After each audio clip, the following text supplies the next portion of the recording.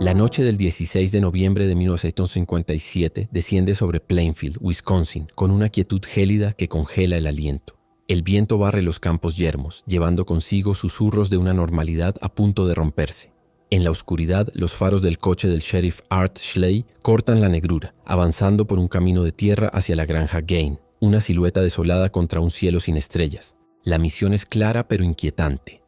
Encontrar a Bernice Worden, la dueña de la ferretería, una mujer de 58 años que parece haberse desvanecido. Los agentes sienten una tensión palpable en el aire, una premonición de que la puerta de esa casa no solo guarda a un hombre solitario y excéntrico, sino la respuesta a un misterio que la pequeña comunidad no está preparada para afrontar. La granja, aislada y decrépita, espera en silencio, como un mausoleo a secretos inconfesables.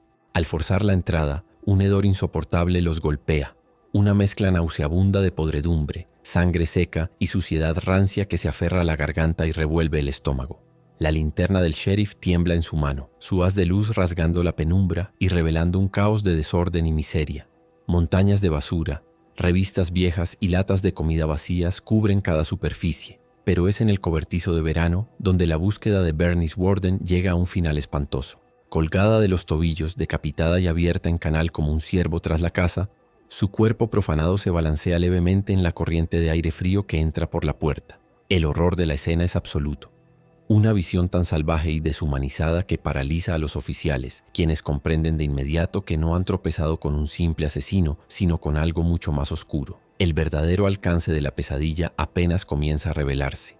Mientras sus mentes luchan por procesar la imagen de Bernice, sus linternas continúan explorando la casa, y cada rayo de luz descubre una nueva atrocidad. No son objetos comunes los que decoran la vivienda de Ed Gain. Un cráneo humano pulcramente cerrado sirve como cuenco sobre una mesa mugrienta. La tapicería de una silla revela, bajo una inspección más cercana, estar hecha de piel humana. En un rincón, una lámpara de pie emite una luz pálida a través de una pantalla translúcida de piel cocida con torpeza. Los agentes intercambian miradas de puro espanto y náusea, comprendiendo que la casa no es un hogar, sino un museo personal de horrores, una galería de trofeos confeccionados a partir de los muertos. La pregunta ya no es solo dónde está Ed Gain, sino qué clase de mente es capaz de convertir la carne humana en mobiliario. Edward Gain, para los habitantes de Plainfield, no era más que una pieza excéntrica en el tranquilo rompecabezas de la vida rural. Un hombre de baja estatura, con una sonrisa tímida y huidiza que rara vez se asomaba, y unos ojos que parecían mirar a través de la gente sin verla realmente. Era el soltero solitario que vivía en la vieja granja familiar, un manitas que hacía trabajos esporádicos por unos pocos dólares, siempre dispuesto a ayudar. Su comportamiento era torpe, socialmente inepto, y su conversación, cuando la había, era extrañamente infantil y dispersa. Los vecinos lo veían como inofensivo, un alma simple que simplemente no encajaba del todo. Nadie podía imaginar que detrás de esa fachada de mediocridad y rareza se escondía un universo de depravación tan profundo, un abismo de soledad que había mutado en una forma de locura activa, alimentada en el silencio de su aislado y pútrido hogar. El epicentro del mundo de Ed era su madre, Augusta, una mujer de hierro, fanática religiosa cuya visión del mundo era un sermón perpetuo sobre el pecado, la condenación y la impureza. Para ella, el mundo exterior era un pozo de maldad, y las mujeres, sus principales heraldos, instrumentos del diablo diseñados para tentar a los hombres. En la granja aislada, Augusta construyó una prisión psicológica para sus hijos, inculcándoles un miedo y un desprecio patológicos hacia la sexualidad y las relaciones humanas. Su voz era la única ley, sus palabras, las únicas verdades. Incluso después de su muerte en 1945, su presencia fantasmal dominaba cada rincón de la casa y sobre todo de la mente de Ed. Él la idolatraba y la temía a partes iguales, un amor filial retorcido que se convertiría en la semilla de sus futuras atrocidades. Dentro de esa opresiva dinámica familiar, el resto de los hombres Gain eran figuras fantasmales. El padre, George, un alcohólico maltratador, se desvaneció en una neblina de fracaso y enfermedad, muriendo en 1940 sin haber dejado ninguna marca positiva en sus hijos. El hermano mayor, Henry, representaba la única conexión de Ed con una visión más normal del mundo, a veces atreviéndose a desafiar la tiranía de Augusta. Su fin, sin embargo, llegó de forma abrupta y sospechosa en 1944, durante un incendio en la propiedad. Ed lo reportó desaparecido, pero cuando encontraron el cuerpo, no tenía quemaduras y presentaba extraños hematomas en la cabeza. La muerte fue declarada un accidente, una tragedia más en la sombría historia de los Gain. Pero la pregunta quedaría suspendida en el tiempo.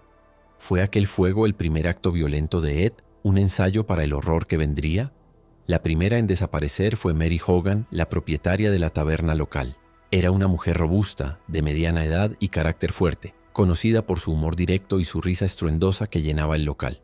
Su desaparición en 1954 dejó un vacío en Plainfield y un rastro de sangre que llevaba desde la barra hasta la puerta, pero ninguna otra pista. Para muchos, Mary era simplemente una más de las caras familiares del pueblo, pero para Ed Gein, ella era algo más, un eco, una réplica física de la madre a la que tanto anhelaba y odiaba. Su taberna, un lugar de socialización y pecado según las enseñanzas de Augusta, la convertía en el objetivo perfecto. Sin que nadie lo supiera, su cabeza se convertiría en uno de los primeros y más preciados trofeos en la macabra colección que Ed estaba empezando a ensamblar en su granja. 3 años después, el círculo se cerró sobre Bernice Worden.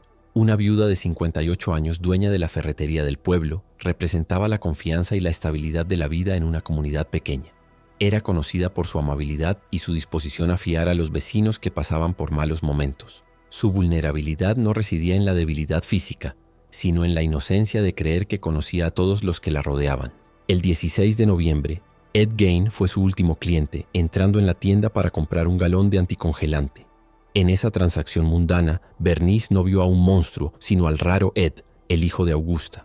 Esa confianza, esa incapacidad para ver la oscuridad que se escondía detrás de una cara familiar, fue lo que le costó la vida, y a su vez, lo que finalmente abrió las puertas de la casa de los horrores de Ed Gein al mundo. El año 1914 marca el verdadero comienzo del aislamiento, cuando la familia Gein se traslada a la remota granja de 155 acres en las afueras de Plainfield. No están buscando una vida mejor, sino una celda. Augusta Gein, con su fervor religioso, concibe la propiedad como un santuario para proteger a sus hijos de un mundo que considera corrupto y pecaminoso. Los campos de maíz se convierten en los muros de una prisión invisible y el horizonte lejano en un recordatorio constante de su separación del resto de la humanidad. Es en este silencio opresivo, puntuado únicamente por los sermones de su madre y el silbido del viento, donde la mente del joven Edward comienza a moldearse. Aprende que el mundo es peligroso, que el deseo es pecado y que el único refugio seguro es la devoción absoluta a la mujer que lo ha creado y aislado. La década de 1940 trae consigo el desmoronamiento de su ya frágil estructura familiar. La muerte de su padre, George, en 1940 es un evento casi anecdótico, la desaparición de una sombra. Pero la muerte de su hermano Henry en 1944 es una fisura profunda y oscura en la historia de Ed. Durante un incendio de maleza que ellos mismos habían iniciado, Henry desaparece. Ed, extrañamente sereno, guía a la policía directamente hacia el cuerpo de su hermano, quien yace boca abajo, sin quemaduras, pero con evidentes golpes en la cabeza. Las autoridades, absortas por la aparente simplicidad del caso, lo archivan como un accidente. Nadie se atreve a preguntar si el fuego no fue una distracción, una cortina de humo para ocultar el primer acto de una violencia latente que finalmente había encontrado una salida. La muerte de Henry deja a Ed como el único custodio de su madre. Cuando Augusta muere de un derrame cerebral en diciembre de 1945, el universo de Ed Gein no solo se detiene, sino que implosiona. El eje sobre el que giraba su existencia entera se ha desvanecido, dejándolo en un vacío absoluto. La granja, antes una prisión, se transforma en un mausoleo. El silencio ya no es una imposición materna, sino un eco ensordecedor de su soledad. En un acto de devoción necrótica, Ed sella las habitaciones de su madre, especialmente su dormitorio, preservándolos como un santuario intacto, un altar al que nadie más puede acceder. El resto de la casa comienza su lento descenso hacia la inmundicia y el caos, un reflejo físico de la psique de su único habitante, que ahora, sin guía ni control, es libre de explorar las fantasías más oscuras que Augusta había reprimido en él. A partir de 1947, la soledad y la obsesión empujan a Ed a buscar compañía de la única forma que su mente retorcida concibe. Bajo el manto de la noche, se convierte en un visitante frecuente de los cementerios locales. Con una pala y una linterna comienza a exhumar los cuerpos de mujeres de mediana edad enterradas recientemente, aquellas que en su imaginación se asemejan a su difunta madre. No es un acto de sadismo, sino de una curiosidad macabra y un anhelo desesperado. Quiere entender el misterio del cuerpo femenino que su madre le enseñó a despreciar y temer. Lleva partes de los cadáveres a su granja, no para profanarlos sexualmente, sino para usarlos como materiales en un proyecto demencial, reconstruir, a través de la piel y los huesos de otras, la presencia materna que ha perdido. La profanación de tumbas, sin embargo, eventualmente demuestra ser insuficiente. La necesidad de material fresco y la escalada de sus impulsos lo llevan a cruzar una nueva frontera. El 8 de diciembre de 1954, Mary Hogan desaparece de su taberna, dejando tras de sí solo un cartucho de rifle calibre .32 y un charco de sangre en el suelo. Para la policía, es un caso sin resolver. Para Ed es una graduación. Ha pasado de ser un ladrón de tumbas a un cazador de seres humanos. Mary Hogan no solo se parecía a Augusta en edad y complexión, sino que regentaba un lugar que su madre habría considerado un nido de pecado. Matarla es para Ed un acto supremo de control, una forma de poseer y silenciar la figura femenina que lo domina, transformándola de una persona viva a un objeto inerte para su colección. El 16 de noviembre de 1957 amanece como un día cualquiera en Plainfield. En la ferretería Warden, Bernice atiende a sus clientes con la eficiencia y amabilidad que la caracterizan. La campana de la puerta suena y Ed Gein entra, su presencia tan discreta como siempre. Pide un galón de anticongelante. Intercambian unas pocas palabras.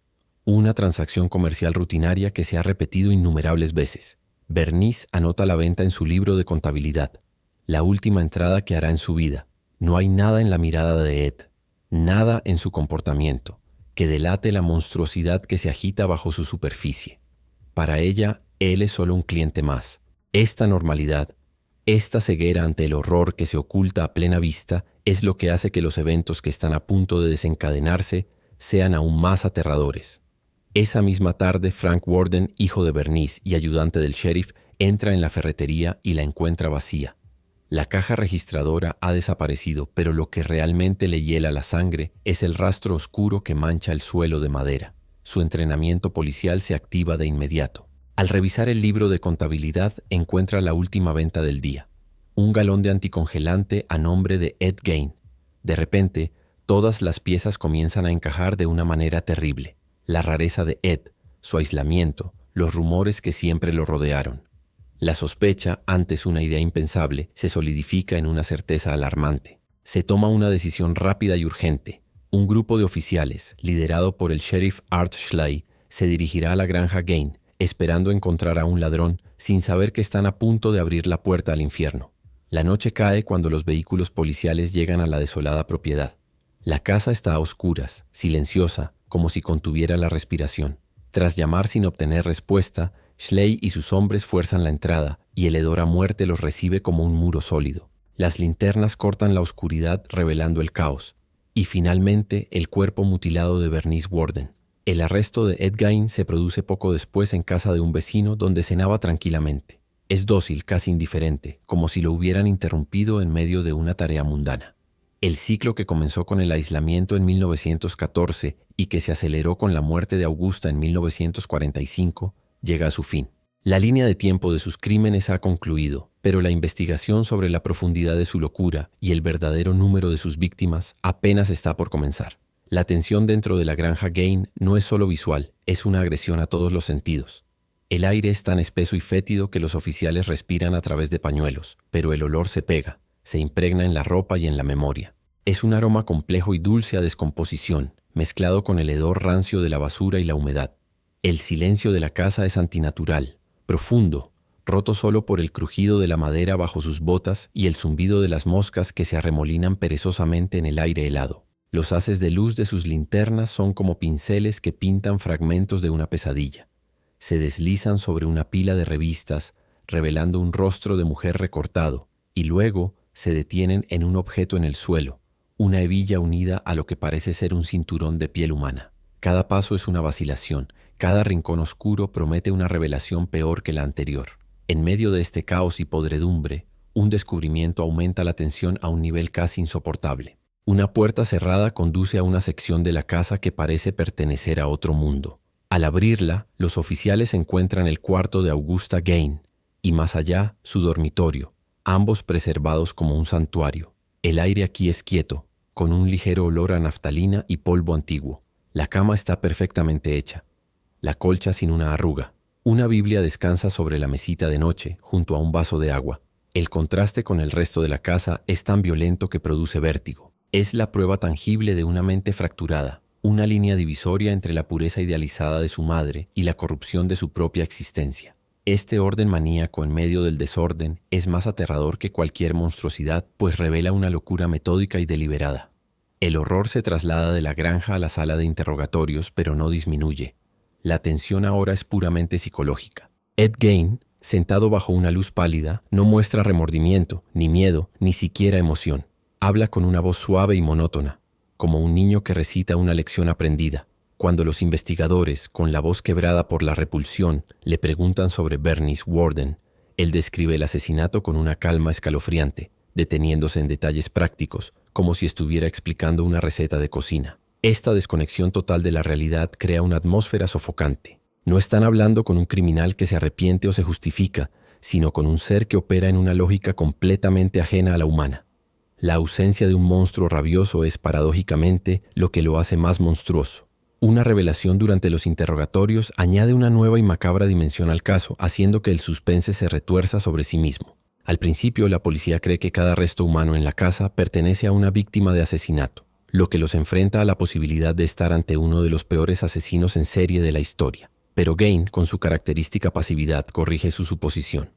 La mayoría de los artefactos, explica, no provienen de asesinatos. Durante casi una década, en las noches sin luna, visitó los cementerios locales exhumando cadáveres de mujeres para obtener su material. La tensión cambia de ¿a cuántas mató?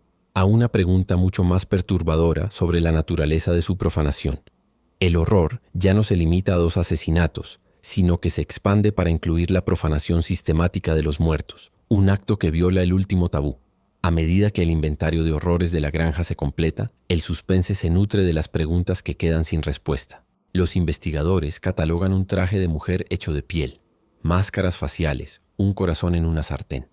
Cada objeto es un testimonio mudo de rituales y fantasías incomprensibles. ¿Qué hacía Ed solo en esa casa por la noche, rodeado de sus creaciones?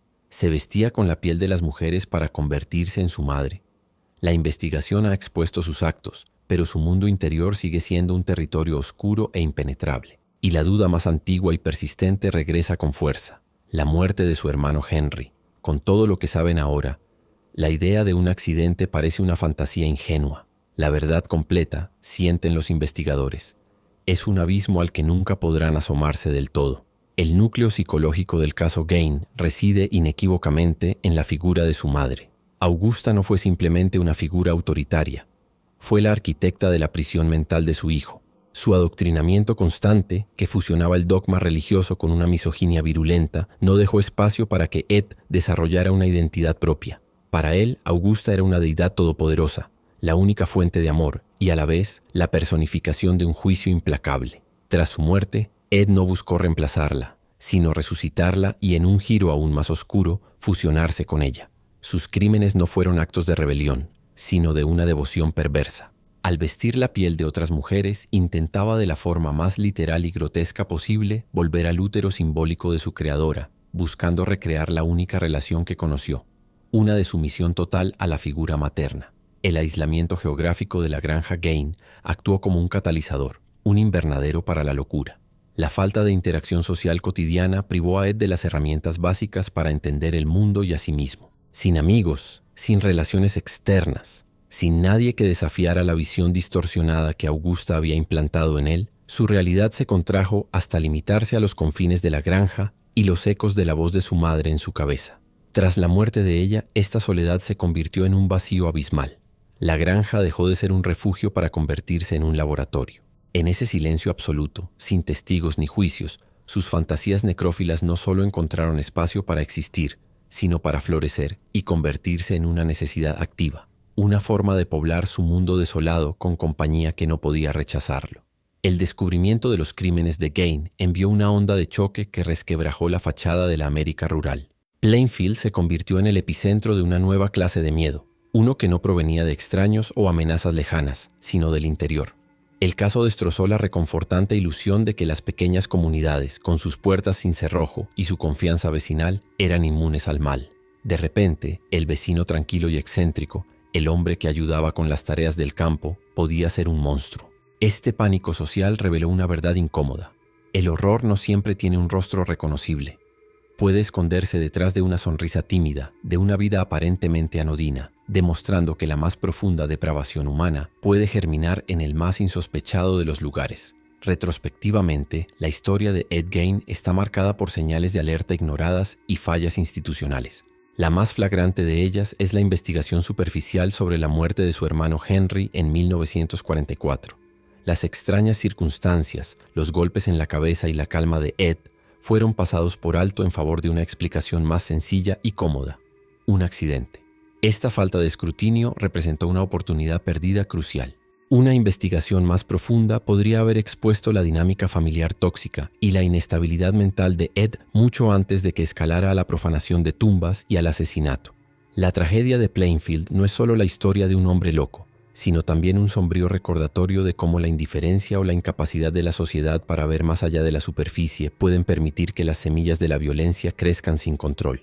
Desde una perspectiva psicoanalítica, el comportamiento de Gein es un estudio de caso extremo de una psicopatología arraigada en un complejo de Edipo no resuelto. Su obsesión por su madre trascendió el afecto filial para convertirse en una necesidad de posesión y asimilación. Al no poder poseerla en vida ni relacionarse con otras mujeres, a quienes Augusta le había enseñado a ver como recipientes de pecado, encontró una solución monstruosa. A través de la exhumación y el asesinato, transformó a las mujeres en objetos inertes, despojándolas de la voluntad y la sexualidad que tanto temía.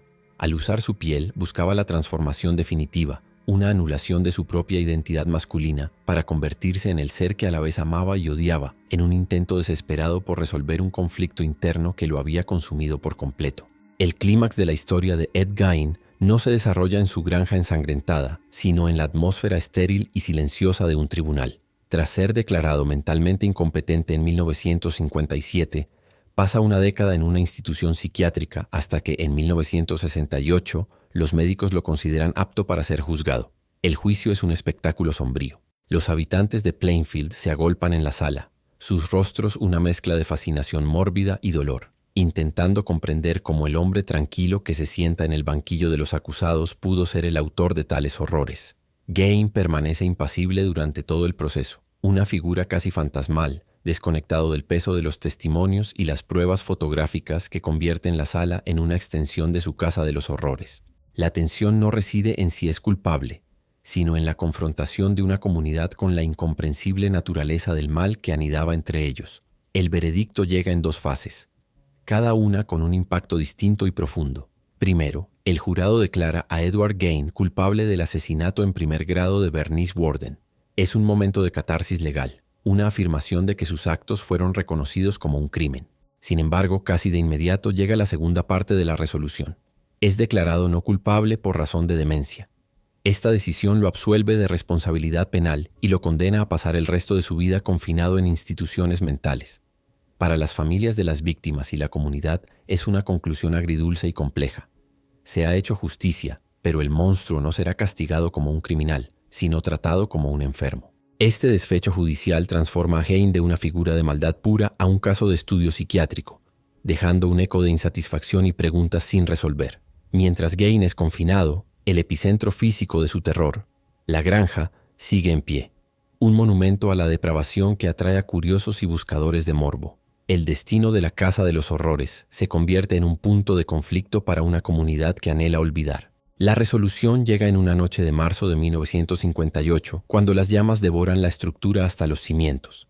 El incendio, casi con toda seguridad provocado, es un acto de exorcismo colectivo, un intento desesperado de los habitantes de Plainfield por purgar la mancha de su tierra y borrar el recordatorio físico de la pesadilla que vivieron. Las llamas que consumen la madera podrida y los secretos que albergaba simbolizan el deseo de la comunidad de destruir el legado de Gein y reclamar su derecho a la paz, aunque las cicatrices psicológicas permanecerían para siempre. Los últimos años de Ed Gein transcurren en un silencio anticlimático, un epílogo monótono a una historia de horror extremo. Internado en el Hospital Estatal Central para Criminales Dementes, se convierte, según los informes, en un paciente modelo. Es educado, tranquilo y trabajador, dedicándose a tareas sencillas como la artesanía en cuero, una afición con un eco siniestro de su pasado.